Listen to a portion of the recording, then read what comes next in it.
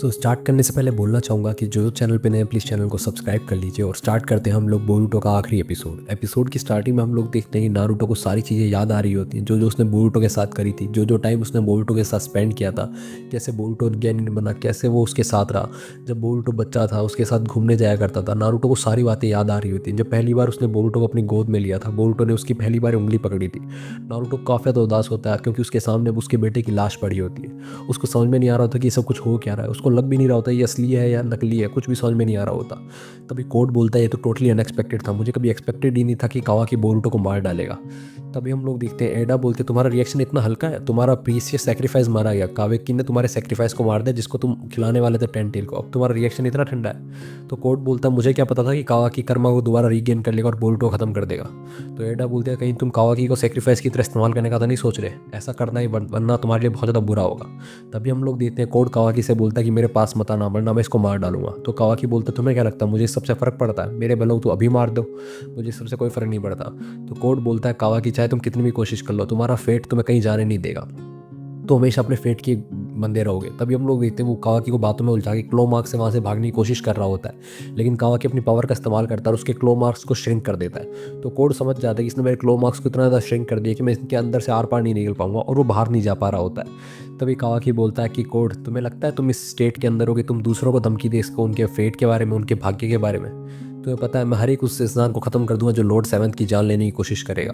मैंने अपने भाई को मार दिया तो तुम्हें क्या लगता है मैं तुम्हें जिंदा छोड़ूंगा। उसके बाद वो कोड के ऊपर अपने चक्रा ब्लेड से अटैक करने लग जाता है। कोड उन चक्रा ब्लेड के अटैक से थोड़ी देर बचता है, उसके बाद कहा कि उसका सर पकड़ता है और उसको बिड़ा बिड़ा के मारता है पेड़ के अंदर, कोई पत्थरों के अंदर। वो कोड की बहुत बुरी तरीके से पिटाई हो रही होती है। तभी हम लोग देखते हैं कि शिकामारू नारुतो के पास जाता है। नारुतो बिल्कुल होश में नहीं होता, वो समझ नहीं पा रहा होता कि ये बुरा सपना है कि सच है। वो बोलता है शिकामारू प्लीज़ मुझे बता दो कि मैं बुरा सपना देख रहा हूँ, प्लीज़ बता दो कि ये सच नहीं है। तो शिकामारू बोलता है नारुतो मैं जानता हूँ कि तुम्हारे लिए बहुत ज़्यादा दुख की बात है, लेकिन अभी बैटल खत्म नहीं हुई है।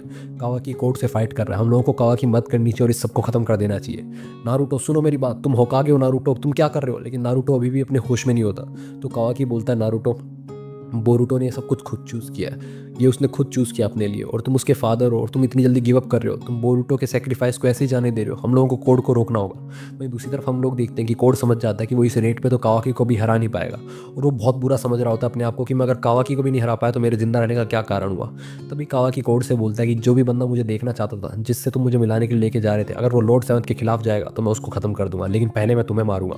उसके बाद वो अपने प्लाज्मा बीम से कोड के ऊपर अटैक कर देता है। लेकिन हम लोग देखते हैं जैसे ही वो अटैक खत्म होता है वैसे ही कावाकी बहुत दूर आके उछल के गिरता है। हम लोगों को पता चलता है कि कोड ने वहाँ पे डीमॉन का समन कर लिया था, यानी कि अब डीमॉन के ऊपर कोई भी अटैक करने की कोशिश करता तो वो अटैक उसके ऊपर ही पड़ जाता है, और वैसे ही कावाकी के ऊपर उसका खुद का प्लाज्मा बीम का अटैक पड़ गया।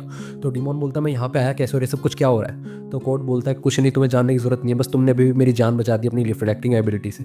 तो डीमॉन बोलता है तुम यहाँ पे फाइट कर रहे थे, बताओ एनिमी कौन है, मैं उसको अभी टुकड़े टुकड़े खत्म कर दूंगा।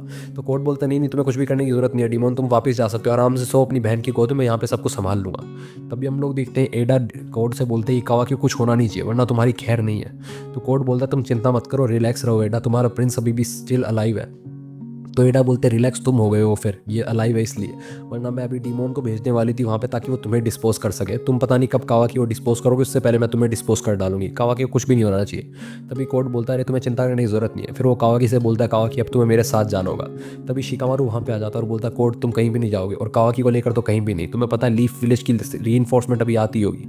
तो कोड बोलता है तुम्हें लगता है मैं तुम्हारी इस ब्लफ के अंदर फंस जाऊंगा शिकामारू, मुझे पता है तुम काफ़ी ज़्यादा इंटेलिजेंट हो। तो शिकामारू बोलता है अच्छा तो फिर अपनी हालत देखो, तुम काफ़ी ज़्यादा थक चुके हो, तुम्हारे लीफ विलेज के एक शिनोबी को भी नहीं टैकल कर पाओगे। तभी कोड समझ जाता है कि उसका यहाँ पे कुछ भी नहीं फर्क असर पड़ने वाला। तो वो बोलता है पहले मुझे अपने लिमिटर्स हटाने होंगे, आमादो को बता देना कि मैं उससे अपने लिमिटर्स हटवाने के लिए जल्दी आने वाला हूँ। और ये बोल के कोड वहाँ से निकल जाता है अपने क्लो मार्क्स की मदद से। तभी शिकामारू नारुतो के पास आता है और बोलता है हम लोगों को सोचना होगा कि हम लोगों को कावाकी के साथ कैसे डील करना है। तो नारुतो बोलता है डील करना है, इसका मतलब कावाकी के साथ क्या डील करना है। तो शिकामारू बोलता है उसने बोरुटो को खत्म कर दिया, उसने अपने कॉमरेड पे हाथ उठाया बिना किसी हेजिटेशन के, उसने इतनी आसानी से बोरुटो को मार दिया, आगे जाके वो कुछ भी कर सकता है। तो नारुतो बोलता है ये उसकी अकेले की गलती नहीं थी, बोरुटो की भी उसके अंदर मर्जी थी। तो शिकामारू बोलता है फिर भी वो अपने गोल को अचीव करने के लिए कुछ भी कर सकता है, उसने तुम्हें बचाने के लिए कुछ भी किया, आगे भी जाके वो कुछ भी कर सकता है। तो नारुतो बोलता है ये उसकी गलती नहीं है, ये हमारी गलती है कि हम उस चीज़ को हैंडल नहीं कर पाते। तो शिकामारू बोलता है कि फिर भी हम लोगों को उसको पनिशमेंट तो देनी होगी, फॉर्मल पनिशमेंट ही सही। तो नारुतो बोलता है वो हमारी फैमिली का हिस्सा है, वो बोरुटो का भाई था, अगर उसकी फैमिली उसके साथ नहीं खड़ी हो पाई तो कौन खड़ा होगा। तो शिकामारू बोलता तुम अब भी कावाकी को अपनी फैमिली के अंदर मानते हो, उसने तुम्हारे बेटे की जान ली है। तो नारुतो बोलता चुप हो जाओ शिकामारू, मुझे इस सब के बारे में कुछ भी नहीं सुनना, एक और लफ्ज़ तुमने कहा तो मुझसे बुरा कोई नहीं होगा।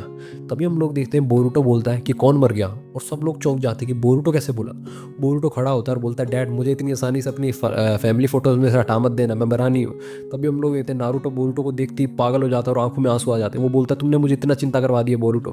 तो शिकामारू बोलता है बोरुटो तुम्हारी छाती के अंदर एक छेद था बहुत बड़ा, वो कहाँ चला गया। नहीं, बोरुटो अपनी टी शर्ट फाड़ता है और वो देखता है वहाँ पे एक अजीब टाइप का कर्मा जैसा मार्क बना हुआ होता है। तभी अचानक से फिर से टाइम रुक जाता है और मोमोशिकी वहाँ पे आ जाता है। तो बोरुटो मोमोशिकी से बोलता है ये सब कुछ क्या हो रहा है। तो मोमोशिकी बोलता है अगर तुम मर जाते तो मेरी सोल एग्जिस्ट करना ही बंद कर देती, जैसा कि इश्की के साथ हुआ था। तुम मेरे अकेले प्राइसलेस वेसल हो, मैं तुम्हें मरने कैसे दे सकता हूँ, इसलिए मैंने तुम्हें बचाया।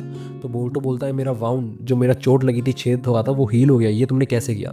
तो मोमोशिकी बोलता है कि दरअसल कावाकी के अटैक की वजह से तुम्हारा हार्ट और लंग्स के कुछ पार्ट डिस्ट्रॉय हो गए थे, तुमने काफ़ी ज़्यादा खून बहा दिया था, अगर मैं वहाँ पे नहीं पहुँचता सही समय पे तो तुम मारे जाते। मैंने तुम्हारी मदद की, कर्मा का इस्तेमाल करके मैंने तुम्हारे बॉडी पार्ट्स को फिर से रिवाइव कर दिया।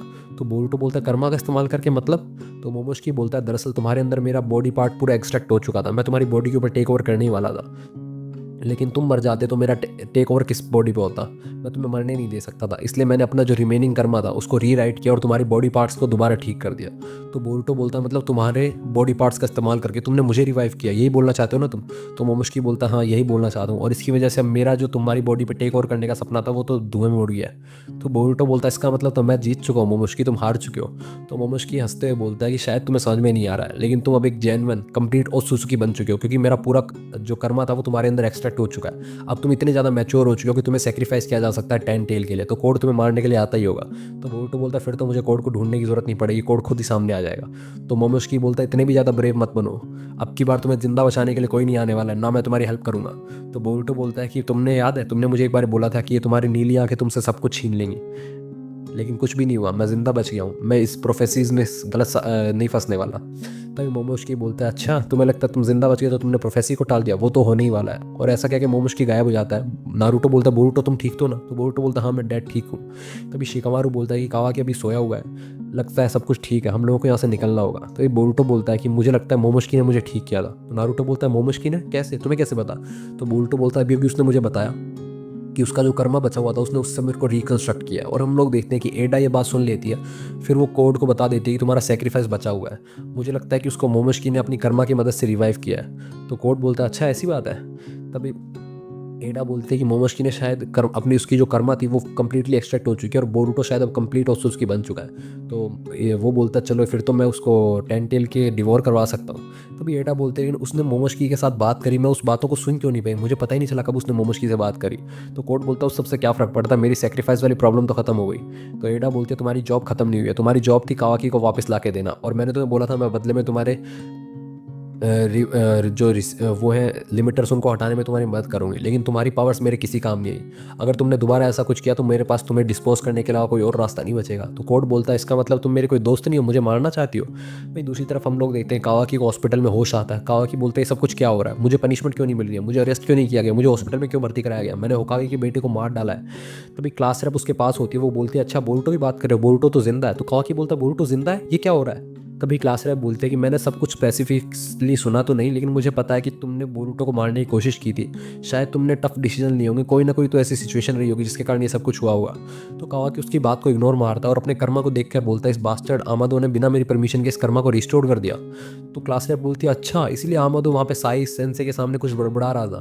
तो कावाकी बोलता है कि पहली बार ही ऐसा हुआ है जब कर्मा मेरे पास है और मैं इसके लिए ग्रेटफुल हूँ। वहीं दूसरी तरफ हम लोग देखते हैं कि बोरुटो नारुतो की ग्रेट स्टोन फेसिस के ऊपर खड़ा हुआ होता है टेढ़ा, और अपने मन में सोच रहा होता है कि मुझे क्या करना चाहिए। तो यहाँ पे कावाकी आता है और बोलता है बोरुटो तुम अभी भी जिंदा हो, मुझे लगा नहीं था कि तुम जिंदा हो।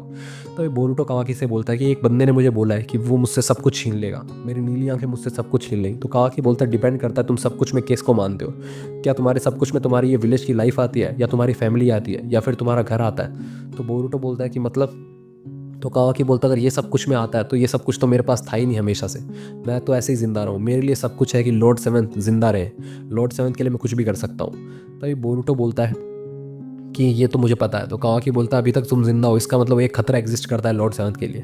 तो बोरुटो बोलता है कि मैं इस प्रोफेसी को गलत साबित करके रहूँगा, मेरे पास से कुछ भी नहीं छिनेगा। तभी कावाकी बोलता है कि मैं उस थ्रेटन को हरा के रहूँगा, जो जो लॉर्ड सेवंथ के ऊपर हाथ उठाएगा मैं उसे अपने हाथों से मार डालूंगा। और बोरुटो बोलता है मैं इस अपने हाथों से प्रोफेसी को गलत साबित करूँगा। फिर उसके बाद हम लोगों को वही सीन दिखाया जाता है जो हम लोगों को एपिसोड फर्स्ट की स्टार्टिंग में दिखाया गया था। पूरा लीफ विलेज तबाह हो चुका है और बोरुटो और कावाकी एक दूसरे के साथ फाइट कर रहे हैं। इसी के साथ एपिसोड खत्म हो जाता है। अगले एपिसोड के लिए बने रहिए हमारे साथ, तब तक के लिए बाय बाय।